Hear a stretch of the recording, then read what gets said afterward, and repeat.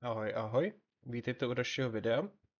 Dneska si ukážeme, jakým způsobem může učitel využívat v našem admin přístupu nebo v našem adminu třídy. Takže nejprve se přihlašte tak, jak se máte přihlašovat do své vlastní organizace. Já už jsem si tady vytvořil svoji fiktivní organizaci a přihlašte se do třídy. Pokud se přihlašujete poprvé, musíte odkliknout zásady ochrany soukromí, potvrdit. A nyní se tedy ukážeme, jak můžeme používat naše třídy a co můžete v režimu učitel dělat. Jak vidíte, tak učitel vidí, když se koukneme na levou stranu, vidíme přehled, vidíme uživatele a vidíme třídy. Učitel je vlastně jedna ze dvou definovaných rolí, které my v našem adminu takzvané máme. Buď to máme studenta či učitele a učitel je zkrátka logicky tedy pozice, která má více práv a více přístupů, nežli má student. Samozřejmě my máme ještě jeden přístup, jeden typ přístupu do našeho adminu a to je takzvaný admin, což je účet, který má být určen pro jednoho jediného člověka, který má spravovat svou organizaci, který vlastně může vytvářet všechny uživatelé, spravuje celou organizaci jako takovou i s veškerou licenci. To si ukážeme v jiném videu, tady si ukážeme, jak to vlastně vypadá z pohledu učitele. Takže máme základní přehled, vidíme své jméno, vidíme, jak se jmenujeme. Když si to rozklikneme, vidíme sami sebe. Je to stejný pohled, jako když dáme uživatele a najdeme si své vlastní jméno. Se teacher 1, když si to rozkliknu, vypadá vlastně takhle. Mohu si jméno resetovat, mohu si nastavit e-mailovou adresu pro přihlašování, ať už do adminu či do aplikace. Tady máme uživatelské jméno, tady máme organizaci, že jsme ověření a podobně a podobně. Tohle je vlastně teda detail našeho profilu. Pokud bych chtěl, mohl bych se podívat i do jiných přístupů. Vzhledem k tomu, že jsem učitel, tak na to zkrátka právo mám.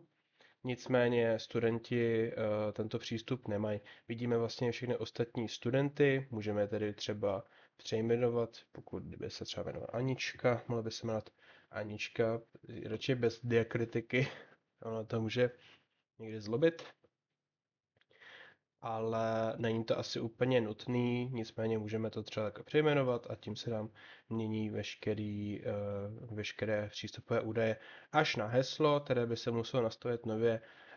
Staré heslo nevidíte z nějakých principů ochrany soukromí, takže si musíte nastavit nové heslo, takže v případě, že pokud jste učitel a máte studenta, který se nedokáže přihlásit přes svůj vlastní profil, který mu byl dedikován, tak mu můžete to heslo prostě změnit od sebe. Dobrá, to je jednoduchá zpráva uživatelů, nicméně pojďme do třídy.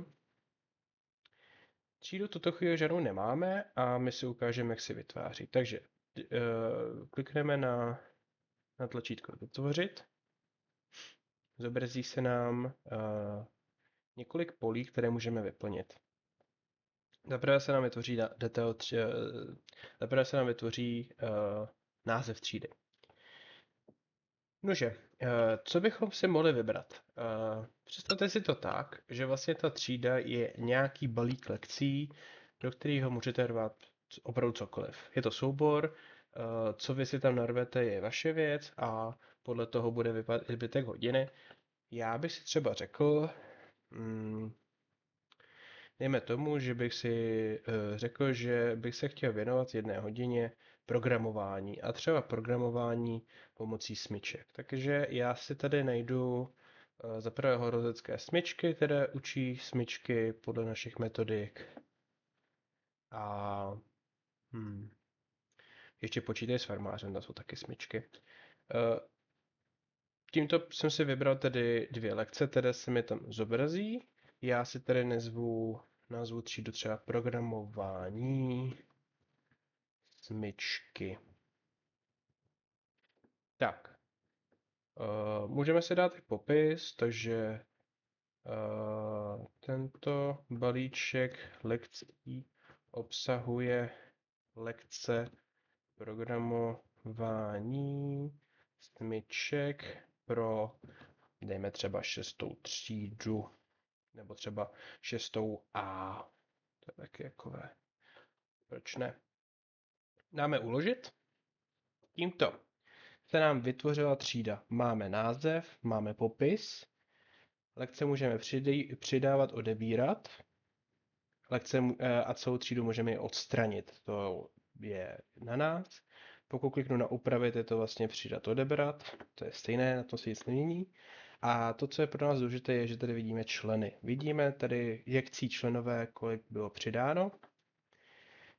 A když si klikneme na záložku dostupní, uvidíme počet dostupných členů, který můžeme do té třídy přidat. Vidíme, že jich je celkem 45, jsou mezi nimi učitelé, jsou mezi nimi studenti, bude tam někde i ta naše Anička, když napíšu Anička, tak ano, taky tady máme. Máme i několik tlačítek, které nám pomáhají zprávu zrychlovat, tedy odebrat všechny členy, přidat všechny členy s aktivním místem a přidat všechny členy. To aktivní místo znamená, že má nějaký přesně určené místo v licenci. Tu licenci si představte jako třídu, kde každý dostane své vlastní zasedací místo a musí sedět. Pak, když máme více členů, může se stát, ku příkladu, když máme více žáků, třeba když se nám mění ročníky, tak než někomu odstraníme ty účty, tak jenom přijdou svá aktivní místa, ale členství jakoby zůstává. Můžeme tedy přidat i všechny členy. Já tedy asi dám, že přidám všechny členy s aktivním místem. Nicméně, kdybych chtěl si říct, že chci nějaké konkrétní členy, ne všechny, tak kliknu tady na toho zeleného panáčka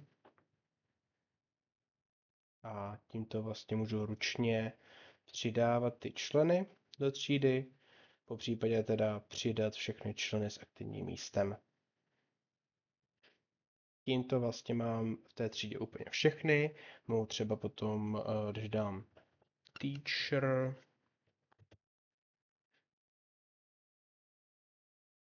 mohu vymazat ty, co tam nechci, jako jsou všechny ostatní učitelé, ať mi třeba do toho nemůžou koukat. Tak.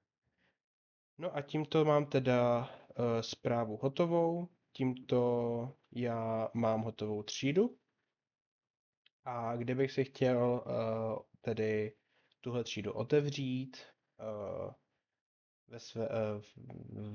v Engu, přímo v aplikaci, tak stačí mi se jenom přihlásit, děti to též uvidí vlastně přesně tu třídu, kterou jsme tady vytvořili. A tímto já vlastně jsem vytvořil i nějaký náplň do hodin. Takže toto je jednoduché představení, co jsou třídy. Já doufám, že toto video bylo pro vás přínosné. Kdyby něco, zanechte komentář, ozvěte se na náš e-mail a zase někdy příště. Ahoj, ahoj.